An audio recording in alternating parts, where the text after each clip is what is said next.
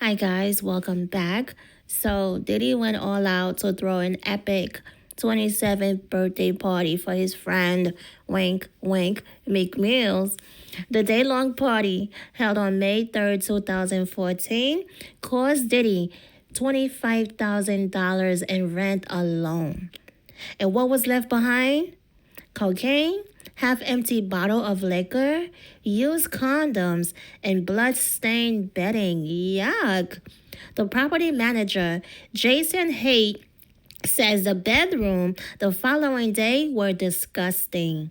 There were broken bottles of alcohol, used condoms, blood on the beddings, powder, razor blades by the hundreds, lubricant on the dressers, and marble floors. I found panties, bras, and even two iPhones in the bushes behind a bowling alley. Exotic dancers were in masks, women in tiny bras, and the main event, a naked woman served up as a sushi platter. Yes, sushi was served on a naked woman for guests to eat off of. She had only a piece of sheer vinyl covering the front of her body for hygiene purposes, as rows of sushi were framed on and around her while workers offered bottles of sauce. The property owner shared video footage of the party. It shows partygoers arriving in droves. Notable faces include comedian King Bash, rappers French Montana, and Little Dirk, and other artists. The mansion was crowded, with celebrities shuffling through the mass of people, accompanied by their entourages of bodyguards and women. They also had dancers in lingerie perform provocatively on set-up stages, and other scantily dressed women posed around the various rappers for photos.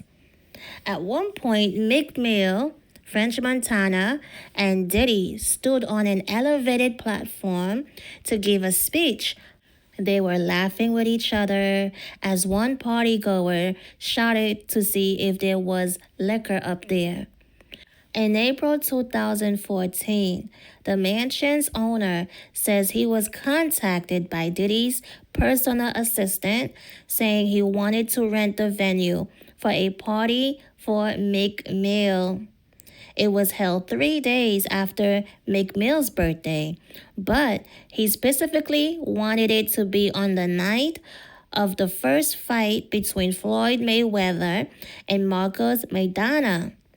Diddy requested that all interior bedroom door locks were to be ordered new and left unopened for their arrival for security purposes, as they would need to supervise the installation. And both keys were to be given to Diddy directly and nobody else. Wow. The owner claimed Diddy's team requested double-sided locks on bedroom doors to be left unlocked for guest arrival, with two sets to be given to Diddy. He said, I was giving a rough estimate of 850 guests for the mansion party, and we agreed a fee of $25,000 for 24 hours. Some 900 guests showed up, and most partook in the evening's drug-fueled festivities, including Diddy, who the owner described as being wasted. Of course, to oversee the evening's operations and ensure Diddy and his team would have him on site should problems arise, the owner agreed to remain on site throughout the rental. I told them I have a detached guest house in the rear of the property and that unless they summon me, I will stay there. Diddy's team insisted that cost was not a factor and said to include the price of the double-sided locks on the venue fee.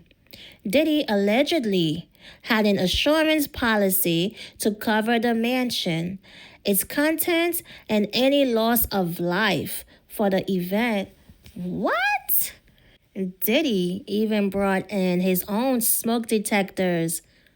The owner said they stated this policy mandated the use of smoke detectors in all areas of the homes and guest houses, which I replied we have.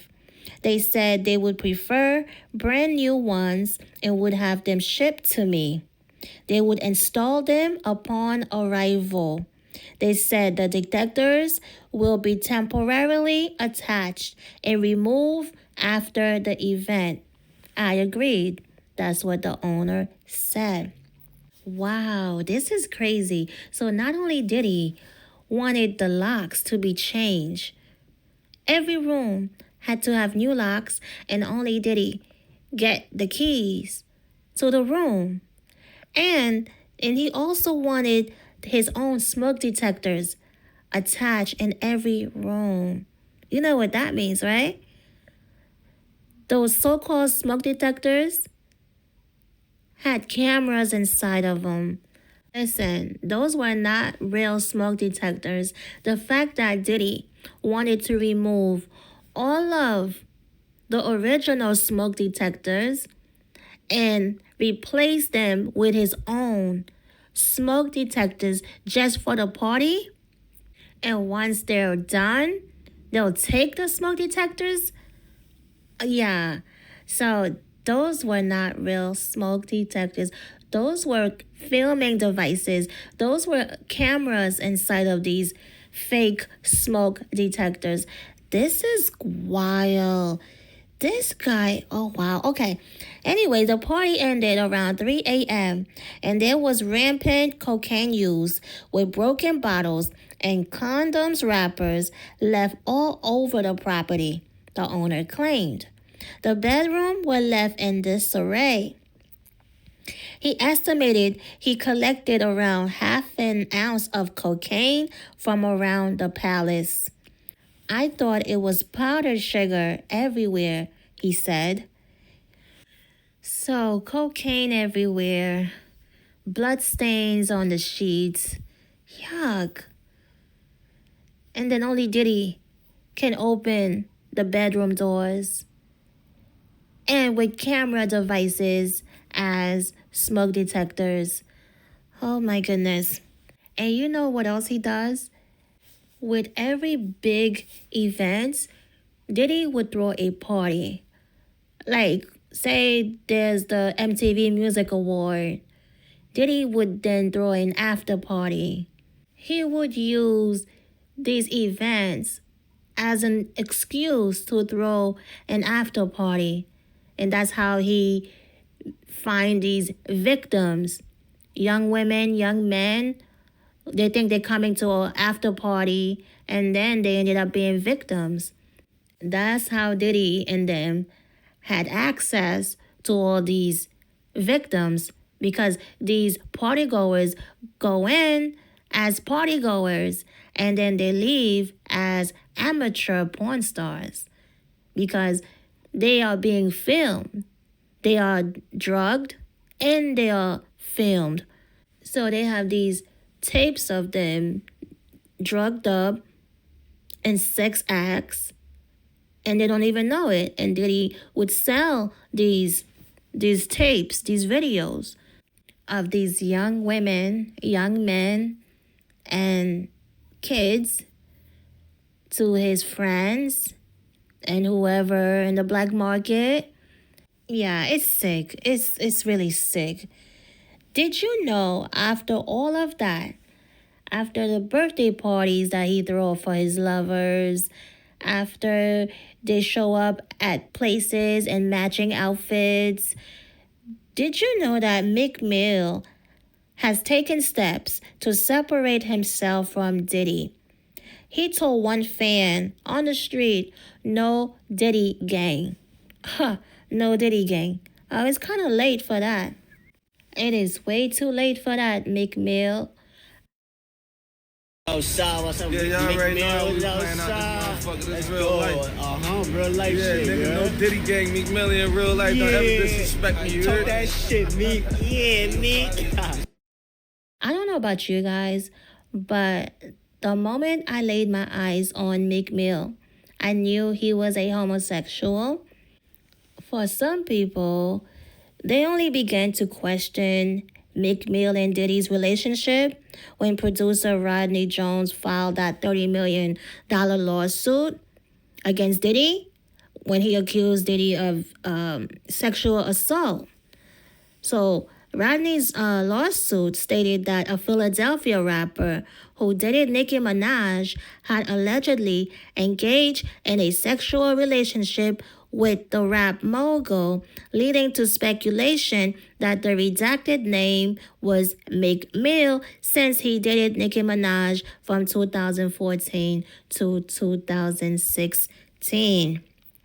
So yeah, that's when people started questioning Meek Mill and Diddy's close, very close friendship. Wink, wink. But I bet you he was a homosexual. I remember seeing a picture of Meek Mill outside. He had on red jeans and he was not posing. So the camera captured him in this very flamboyant, feminine stance. That picture, let me tell you, was very telling because he wasn't posing. He was just standing like, regular. And yeah, and in that the whole stance was just, it was just screaming, wait a second, there's no way this guy is not, and this is the so-called gangster rapper from the streets, from Philly. If you were to see this picture, I'm telling you, you would have no doubt about his sexuality. Okay? And it's crazy. I cannot find this picture anywhere. I went to the blog and I saw it on years ago because I remember the blog. And I can't find it on the blog anymore. It's no longer available on the blog anymore. And that sucks because that picture was very crucial. Very, very crucial. It was, whoa. But yeah, but he was dating Nicki Minaj around that time. And even Nicki called him gay when they were going back and forth on social media. She even called him gay. She said she got proof. She was saying all these things.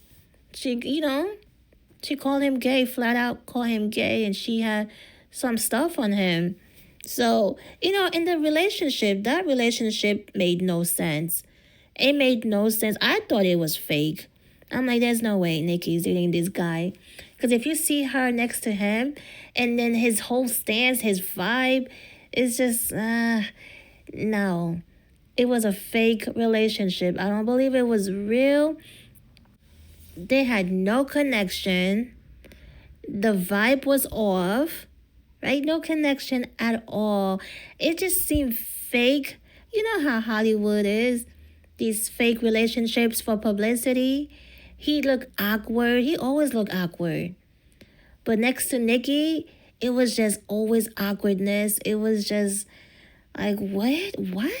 Like, come on. Nobody's buying this. Like, cut it out, Nicki Minaj. Like, stop it. It just did not look right. There was no chemistry. This guy looked strange. He looked awkward. He just seems awkward. And then next to her, oh, it was even, oh my gosh, it was just worse. It was bad. Oh, it was bad. Even them posing was just like, oh, come on, stop it. Stop it. Okay? We have eyes to see. Okay? We see. Well, I see. I don't know about you guys, but I see. I have discernment. I see.